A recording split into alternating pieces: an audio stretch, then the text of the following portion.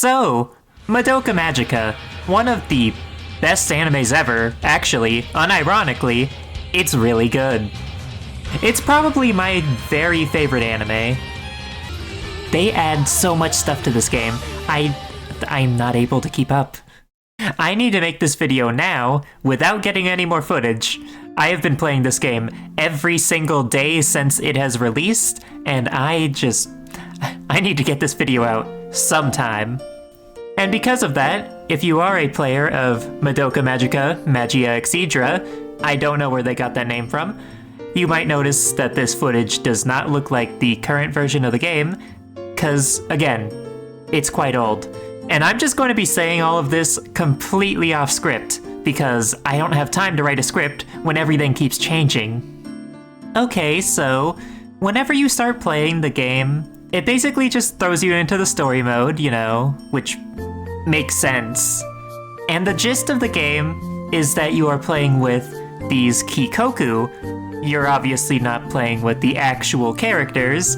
These are like versions of them that only exist as sort of memories. And yes, you are playing this game in some sort of extra dimension as a character known as the Nameless Girl. And I don't believe that there's very much story going on there with her.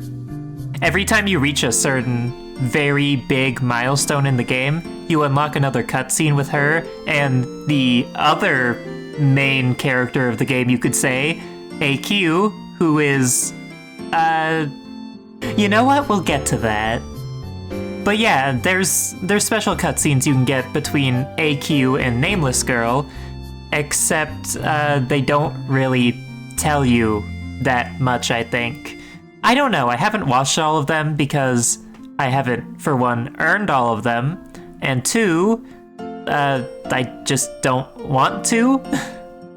There's too many events going on for this game, and too many versions of Madoka that I want to collect. I don't have time to watch all of these cutscenes. There's hundreds. But yeah, you play as the Nameless Girl, and you're just collecting these Kikoku so that you can go and collect memory shards or whatever. And those are used to power the lighthouse, which I don't entirely understand the goal there of lighting up the lighthouse. The Nameless Girl kind of does it just because AQ says it might help. But the thing is, I actually kind of trust AQ. So AQ obviously looks like a Kyubey. The only difference is that AQ clearly has a grasp of what emotions are, and the whole goal of the game is Nameless Girl trying to really get a hold of emotions, and every time that she has a question when she experiences someone else's memories, AQ is always the one to answer to describe how those emotions work and sort of help her empathize with it, which is really interesting. Like, AQ is kind of just the dad in this game, and it makes me a little uncomfortable, the fact that AQ looks like a Kyubey, but AQ is also offended to be called a Kyubey. You just go through every character in the show, in the side show even, or even light novels, or I don't know if it's a light novel, I'm pretty sure. But stuff like Oriko Magica. Oriko Magica is really good, by the way. I will talk more about that later. But yeah, stuff like that, all the characters are here. And even some extra stories made just for the game, as far as I'm aware. So you're just going through all of these characters' memories, and Nameless Girl is trying to figure out who she is, and just kind of get a personality, I guess.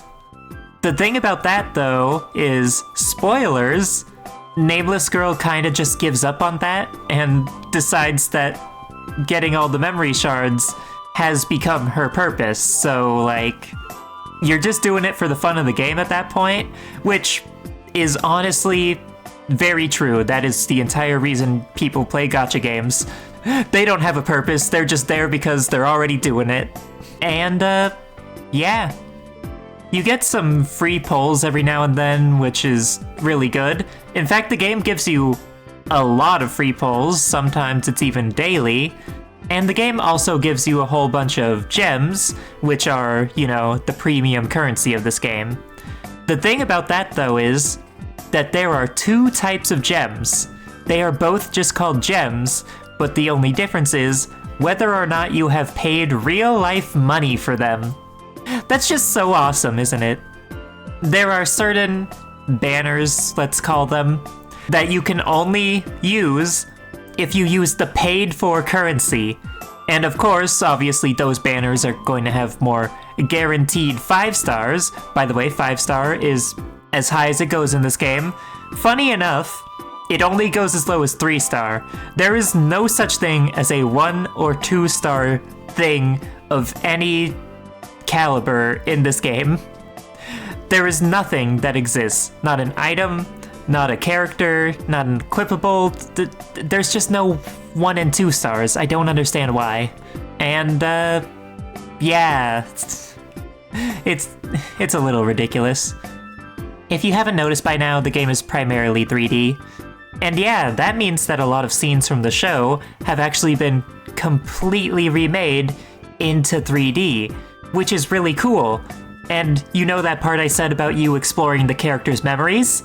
That means you get to see those scenes from first person, which is really cool. Or, well, it would be really cool if this wasn't Madoka Magica, and a lot of those cutscenes involve someone dying.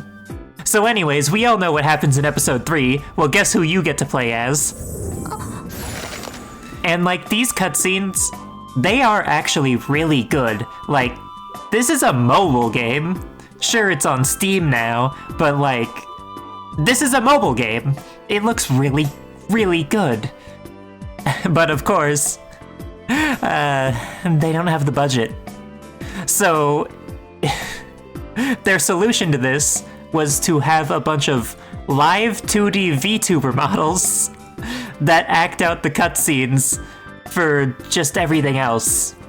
And yeah, I do mean everything else. You can experience the entire anime in this very low quality animation style, I guess you could say. I don't even know.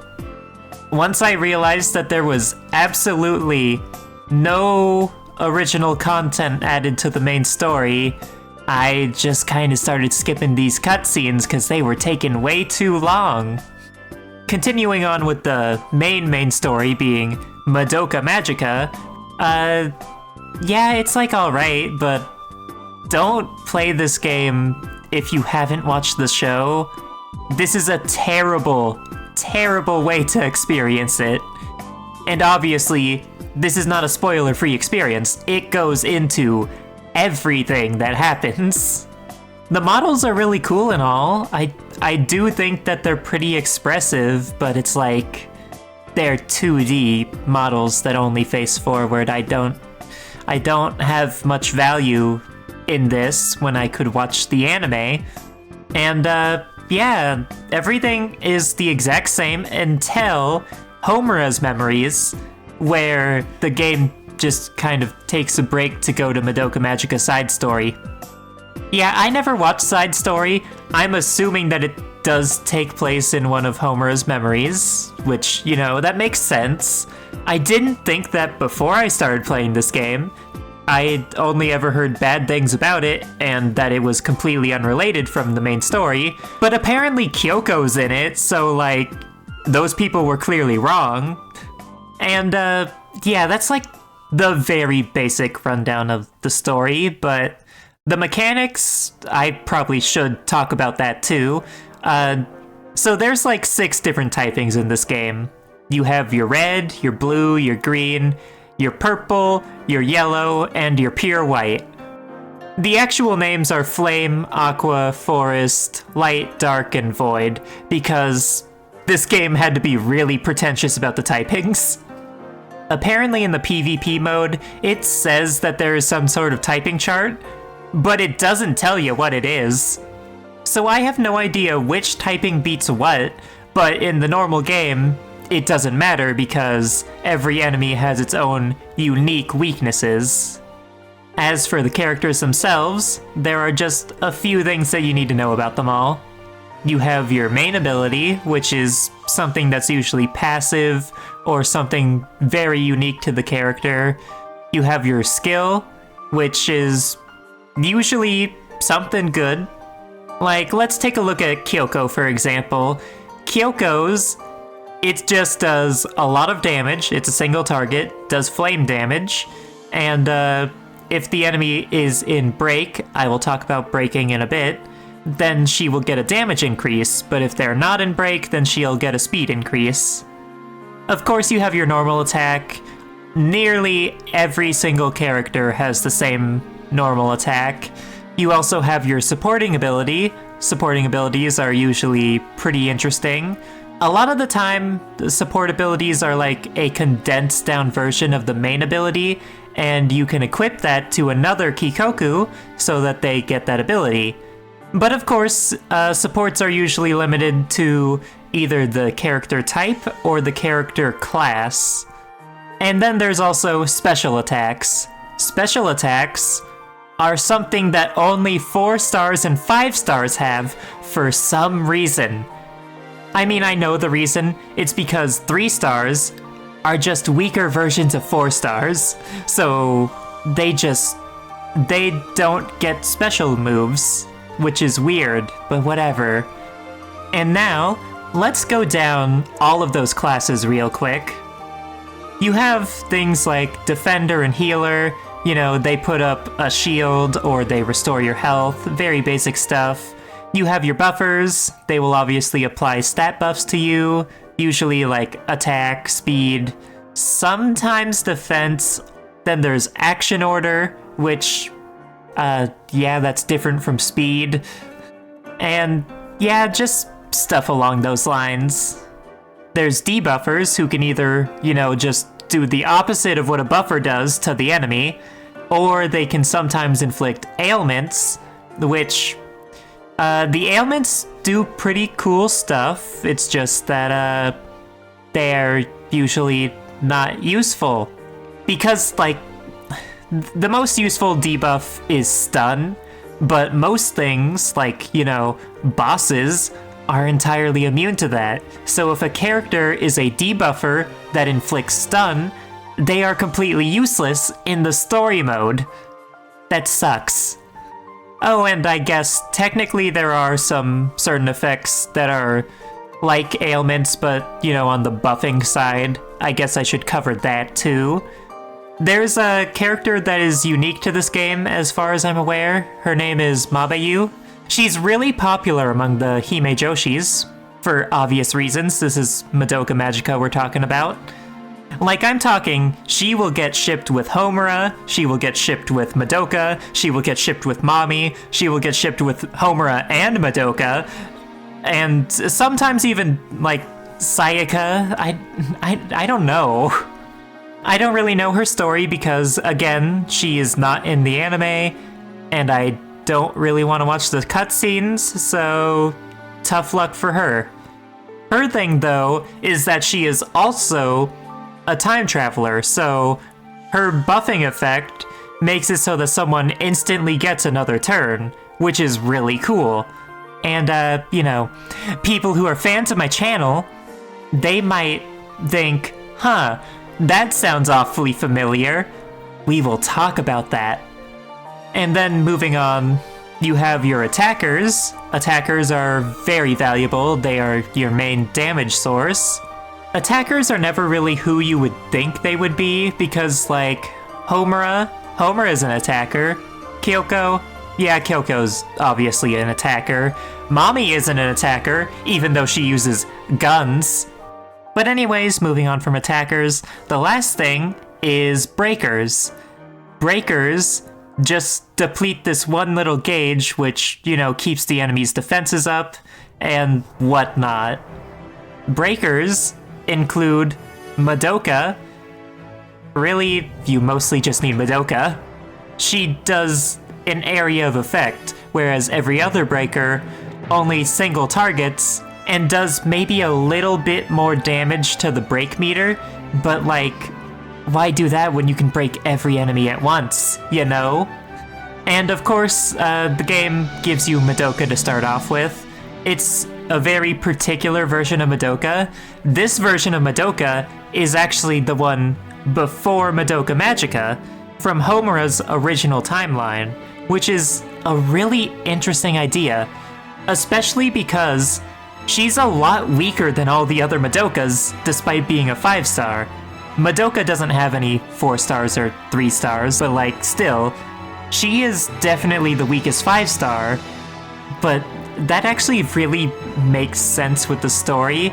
Go watch Madoka Magica if you haven't, by the way. This is going to be my last warning for spoilers. Go watch Madoka Magica. Do it right now. But yeah, the reason it makes sense is because the only reason she becomes more powerful in the current timeline is because Homura kept time traveling and, you know, wrapping her up in destiny and whatnot, and that made Madoka a whole lot stronger. So this is the Madoka before the events of that, which makes it make sense. But yeah, breakers are pretty important once you get later into the game, because it slows down the enemy's actions once they're put into break, and 2, they have a gauge that sort of fills up the more you hit them while they're in break, so they take multiplied damage, and that's really good. But yeah, I'm all over the place with this video, but let's take a look at how the map looks whenever you're traversing a level. This is literally just Miitopia. Like, the way Miitopia's map works is that there's a little, you know, animated background that's just sort of made of PNGs, really. And, you know, the game scrolls across that, and sometimes they, you know, move around like the clouds and stuff. And this is literally just that. Even the little map markers, they're little circles that are connected by these tiled lines, just like in Miitopia. Except in Miitopia's, I don't think that it's tiled, I think that it's just a vector. But like, same difference, this is just Miitopia. And speaking of, the battle system, it's not Miitopia, but it's like, it kind of reminds me of it at times. There are even less stats to worry about in this game than there are in Miitopia, though, being just attack, defense, speed, health. Yeah, health is there, and that's it. Those are all the stats. I don't know. It's just it's really funny that they made a Madoka Magica game that vaguely works like Miitopia. I'm obsessed with both of these things. So yeah, let me think. We went over the story, we went over the map, we went over the combat system. Let's talk about the gacha, I guess. I did say that they give out a whole lot of free gems, right? They give out a lot. I'm able to actually get pity on a banner by, you know, saving up. And that's pretty cool. I have most of the Kikoku that I want from, like, seasonal events and whatnot. However, I don't have all of them because they just have so many more characters than I have gems that I could possibly get. And characters like God Madoka are just an elusive roaming legendary, basically. That's basically what she is. They just decide to release the God Madoka banner whenever they feel like releasing the God Madoka banner. I got her, though. I did get her eventually. It just took me a while. You know, I'm only able to save up enough gems to get most of the characters I want, and that's just because I don't want all of the 5 stars.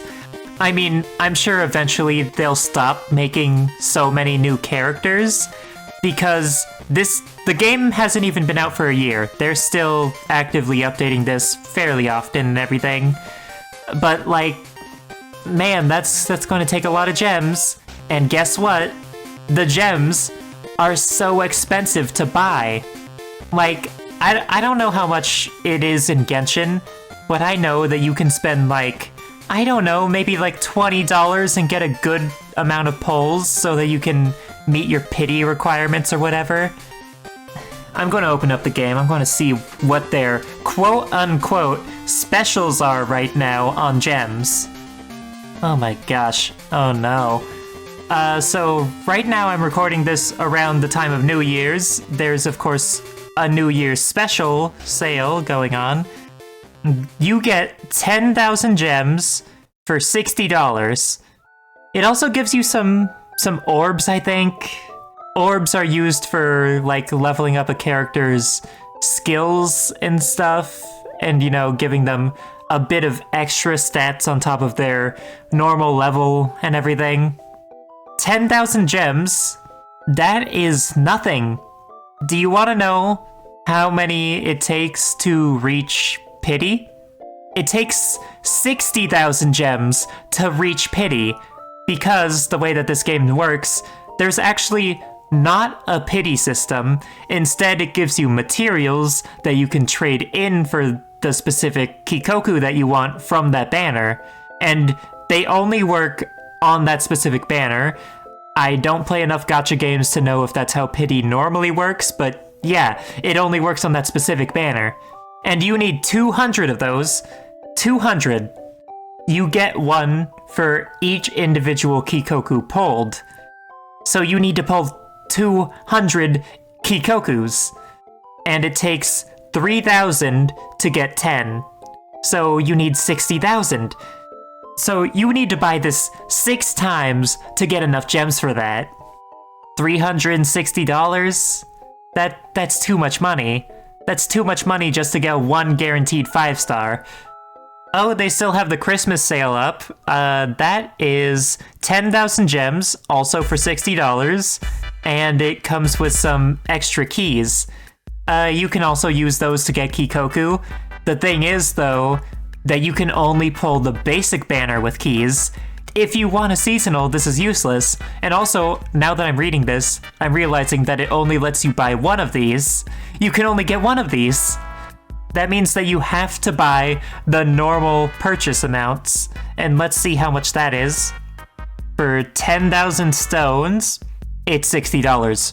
It's $60 again. It's just $60 again. This game sucks. They priced this so horribly. You need to buy a full AAA game just to get 1/6 of the amount that you need in order to get a 5-star. I'm laying back in my chair. I'm not going to let this get to me. I'm going to relax. I'm going to relax. Let's talk about something that I actually liked. Oro Magika. Again, I'm pretty sure that it's a light novel. It does not have an anime adaptation, and I don't think that there's a manga. So unless you want to read a book, the only way to experience this is in this game. But yeah, the story of Oro Magika is actually... I love it, because obviously the main character is Oriko, and Oriko, you know, like Homura, her powers also involve time. That's what makes her relevant, and that's a really cool idea. Oriko's power is to see the future. Guess what? That means that she knows Madoka is going to destroy the world, and her solution is to kill Madoka. She also makes a friend along the way. Her friend is really cool. She's one of the first 5-stars that I unlocked in the game. Spoilers for Oro Magika, but yeah, they kill her. Madoka gets shot right in front of Homura, which is insane. So of course Homura shoots Oriko, and Oriko's friend also dies because part of their plan to kill Madoka was to have her purposefully turn into a witch, which, you know, obviously Oriko knows how witches are made because she knows Madoka is going to destroy the world. So, yeah, they have her turn into a witch and deal with everyone else while Oriko deals with Madoka. And apparently there is a magical girl afterlife. Even before Madoka became a god, there was an afterlife for magical girls. That's just something that Oro Magika confirms, because her and her friend go into the afterlife together, and, you know, they're just kind of hanging out. They're just chill with each other like that. And the funniest part, I need to tell you the funniest part. We all know the ending of Madoka Magica, where Madoka gains the power to destroy witches, before they're ever created in every and any timeline.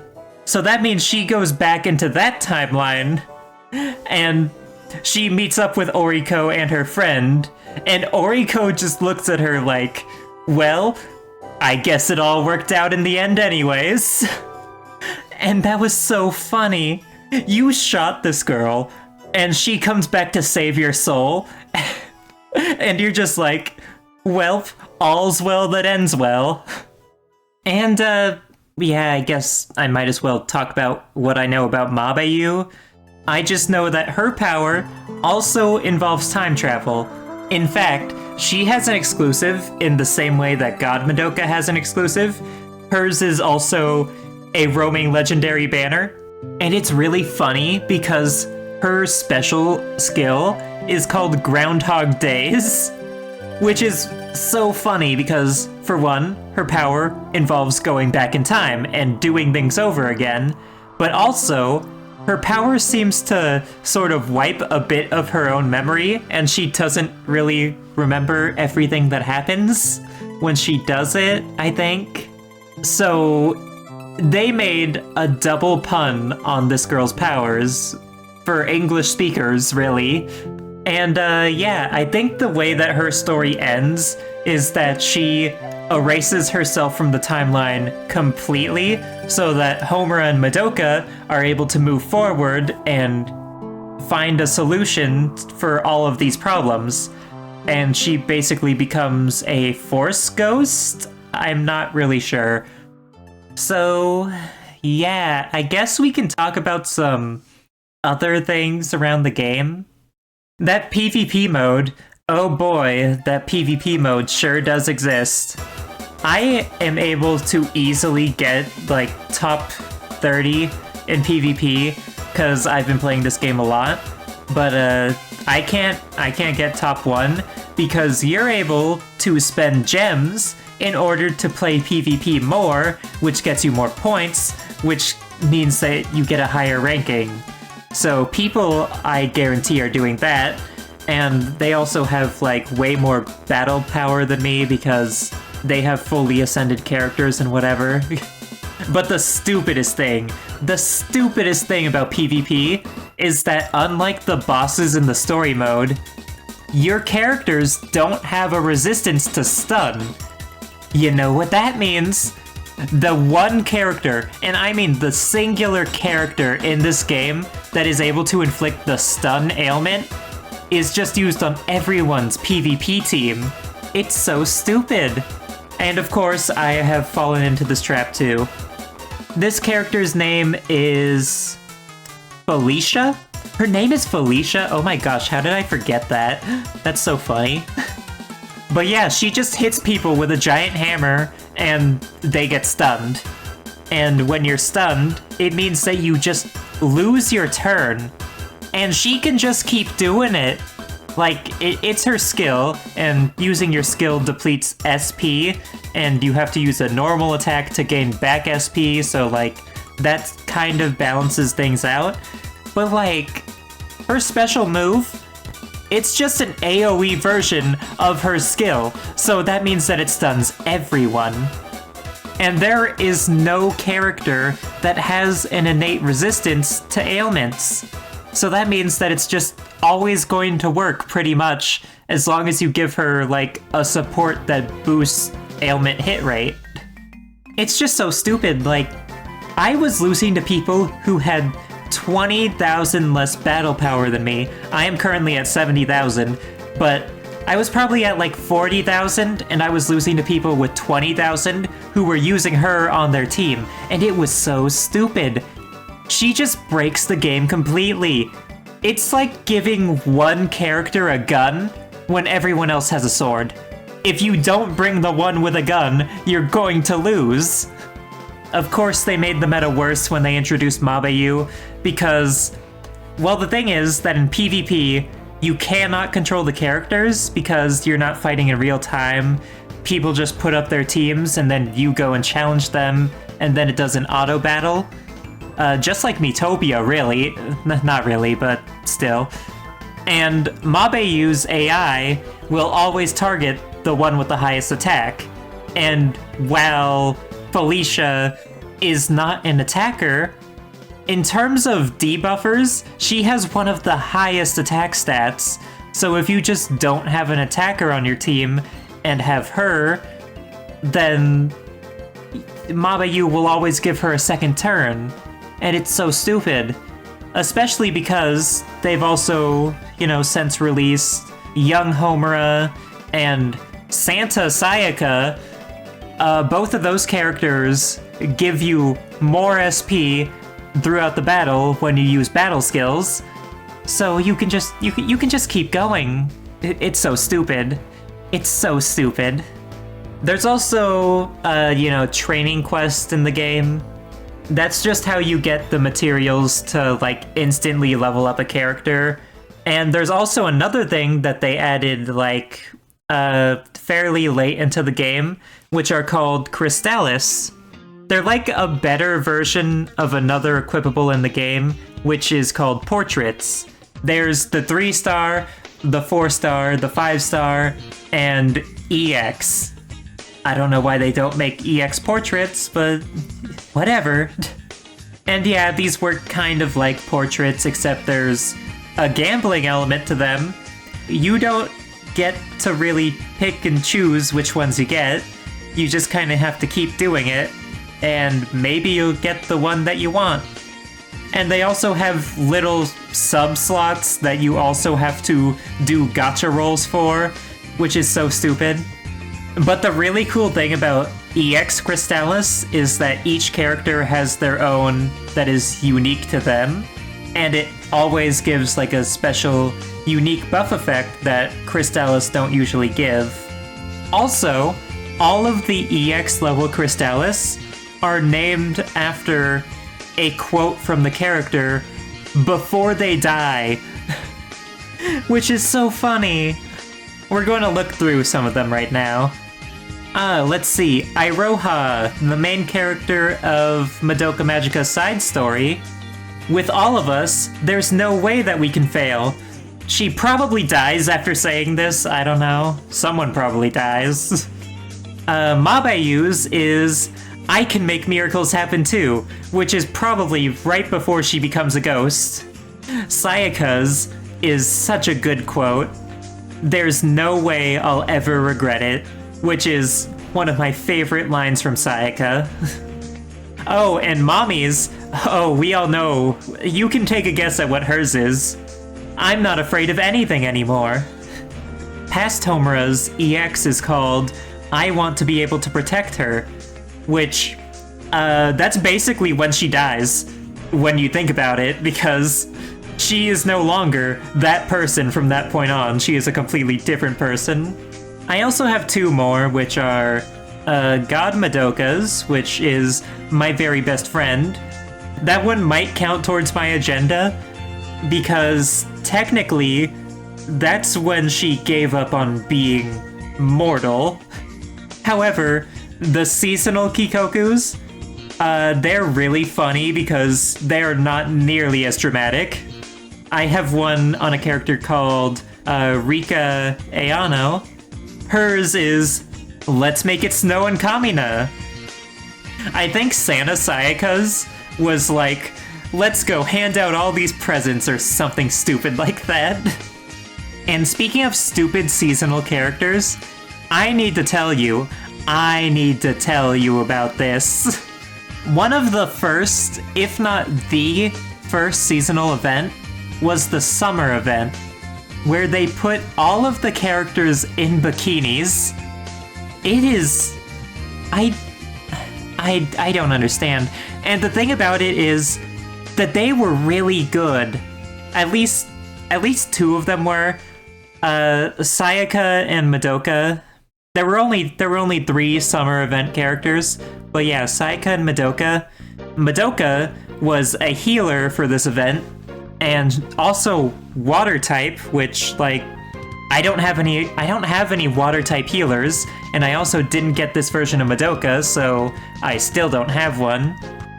She also put up a shield, so she was technically a defender, because there is no one who can put up shields without being a defender. I mean, I think there was like maybe one other character, but yeah, it's mostly just Summer Madoka. And Summer Sayaka is a debuffer who just does a ton of damage. And also, her debuff effect makes it so the enemies break more easily, which is really good. And when I say that she does a ton of more damage, her ailment effect is unique to her, where if an enemy gets hit enough times, then it just triggers an effect that deals a ton of more damage to them. And also, her attacks all do multiple hits, so that's cool. But the real problem one is the one that I didn't want, which was a fire type attacker, and it was Mommy. It was they decided putting her in a bikini would be a good idea for an event character, and she was like the one on the cover of this banner, I'm pretty sure. Like, oh my gosh, why did they think this was okay? Did they forget what this show was about? Did they forget what this series was about? It's about adolescent girls. And also, that brings me to another thing that's upsetting. Not equally upsetting, because that was pretty upsetting, but another upsetting thing is how many versions of Mommy there are in this game. They give so many Kikokus to her, and of course they're all 5 stars, because why wouldn't they be? There's the base one, you know, the summer one. She also got a Halloween version. The funny thing about the Halloween version is that Bebe is a part of her Halloween special attack. She is not in the game as a character. They have not put Nagisa Bebe as a character in this game. She is the only magical girl that is left out as far as I know still. They also made a religious version of her for season 3 of Madoka Magica side story where she turns into a giant moth. Basically, she grows a wreath of guns around her and becomes a dark type attacker. That's actually pretty cool. Yeah, I'm still upset at how many characters she has.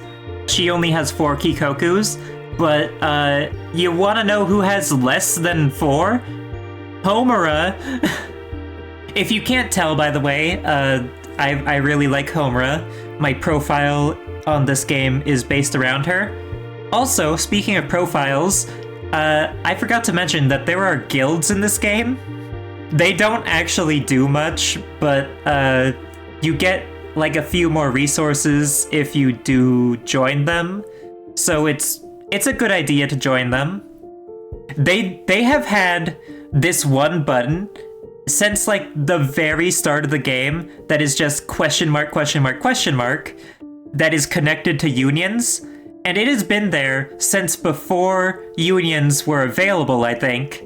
And they still have not implemented it after... How old is this game? I think this game's been up for like 7, maybe 8 months by now. I don't know how they haven't gotten to that. If you want to join my union, it's called Trans Rights. I'll leave the ID on the screen. There's a limit of 10 though, so you're probably not going to get in. And yeah, I've been yapping for like 2 hours now. My voice is kind of going, and I'm kind of tired. So, with that all said and done, thank you to everybody for watching, and I'll see you all next time. Bye-bye.